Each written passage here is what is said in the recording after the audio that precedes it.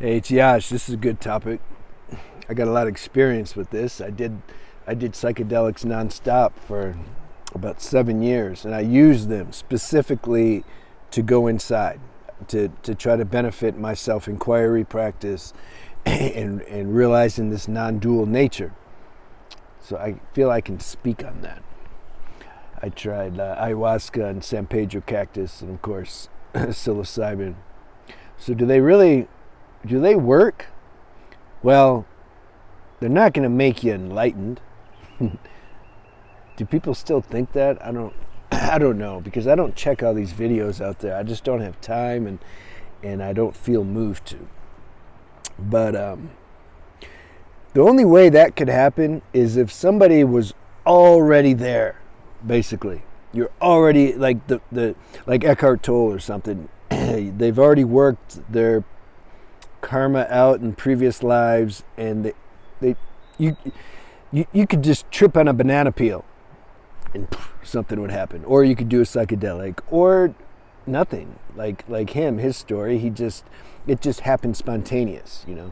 But they put in the work in previous lives. It's not like they just gifted. So how can psychedelics actually work? How are they? Because they are beneficial. I'm not going to say they're not. They're good for a time and for certain reasons. Two main reasons I can say. First thing, if you have any suppression or repression, things that you're not really aware of, I sometimes tell people, I said, just sit with yourself, just feel. Like, what's your karma? Where's your karma? Is there something there you're not looking at? And a lot can't do that. It's like the mind just doesn't go there. It's like there's not awareness of that. So the psychedelics can help uproot that, because it's like it puts you in a nice, if you do them right, don't go to a rave party, do them as a spiritual practice, use them as a tool. They make everything kind of balanced and calm, and they open channels that are usually closed, and so then suppression can come to the surface.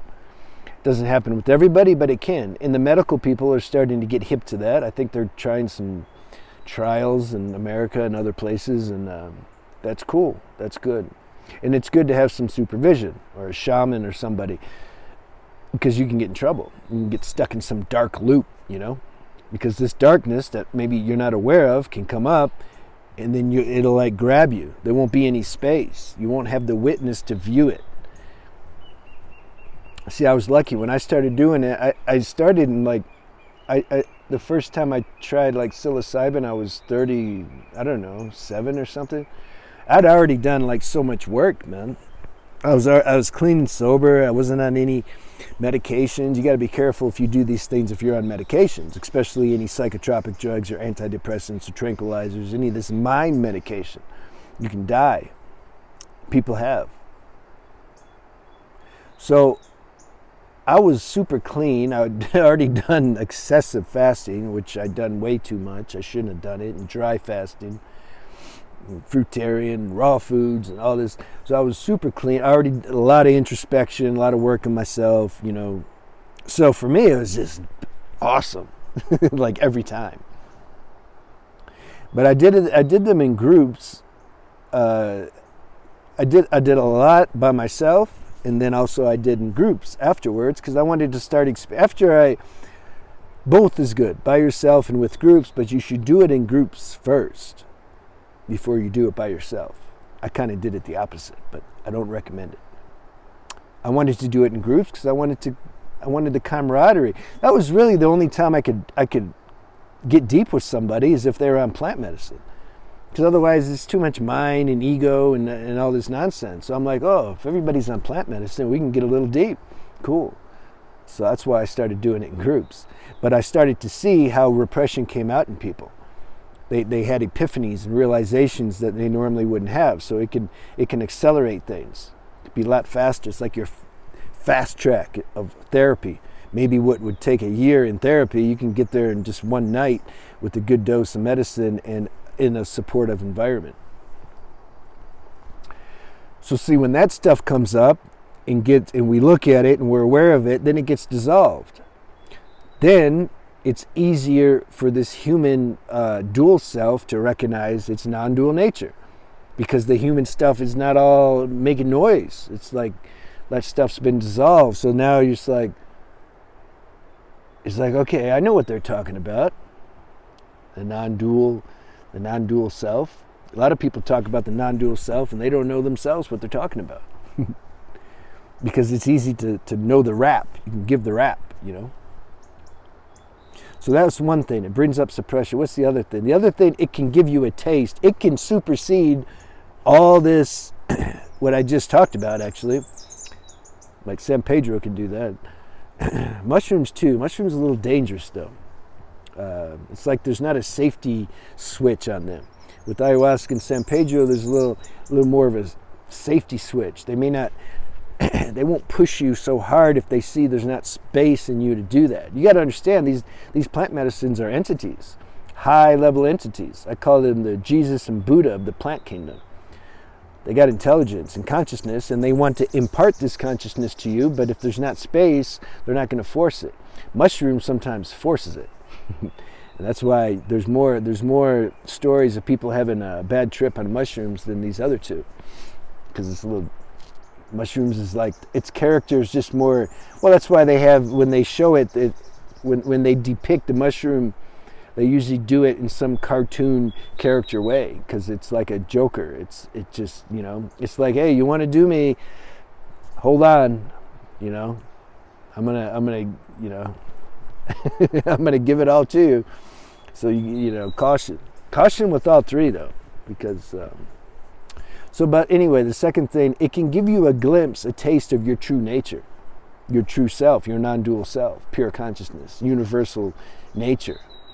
You know, I couldn't, it was a few times, like I just couldn't find myself. I was like, where am I? Like I'm consciousness, like I'm conscious because I'm like looking for myself, but like at the same time I wasn't looking for myself. But then something was looking for itself. So you can do that. You got to be ready for that, because you can flip out.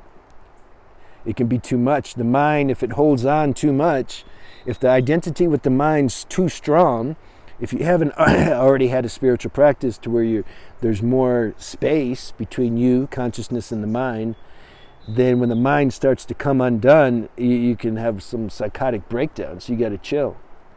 You got to be smart. That's why, yeah, I never wanted to facilitate those groups, because I don't want the responsibility. Even if there's a 1% chance of it happening, I don't want that either. Because I've seen people who facilitated groups and that happened, and that's a mess. That's a mess. When somebody's gone, you can't get them back, you're the one that gave them the medicine. Yeah, I don't want that. I've seen it more than a few times. Yeah, like more than a few. In Peru, also in Ecuador. So anyway, I mean, there's positive and negative. It's duality, you know. You got to listen to intuition. Like, how's it, you know, is that your, do you have that karma? Do you have those sanskaras? Are you in that archetype to where, you know, the consciousness is using the plant medicine as a tool to help you? There's some people not. You talk about plant medicine to them, they're just like, I'm not interested.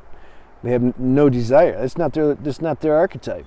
It's not that they're necessarily scared or no, they just don't. There's no feeling for it. So you got to have an inner feeling for everything, really. Like there's some people, this non-dual is just stupid. It's just mind. Like what are you talking about? Like I'm a bhakti. I'm gonna worship Krishna or Shiva. So we're all these different. God's created a very diverse, wide spectrum of different characters. And then there's all these fights because it's like, don't you know this way's the best? Are you stupid? Then we have a war or a fight over, you know, in spirituality or religion. This is the time and age that we're in.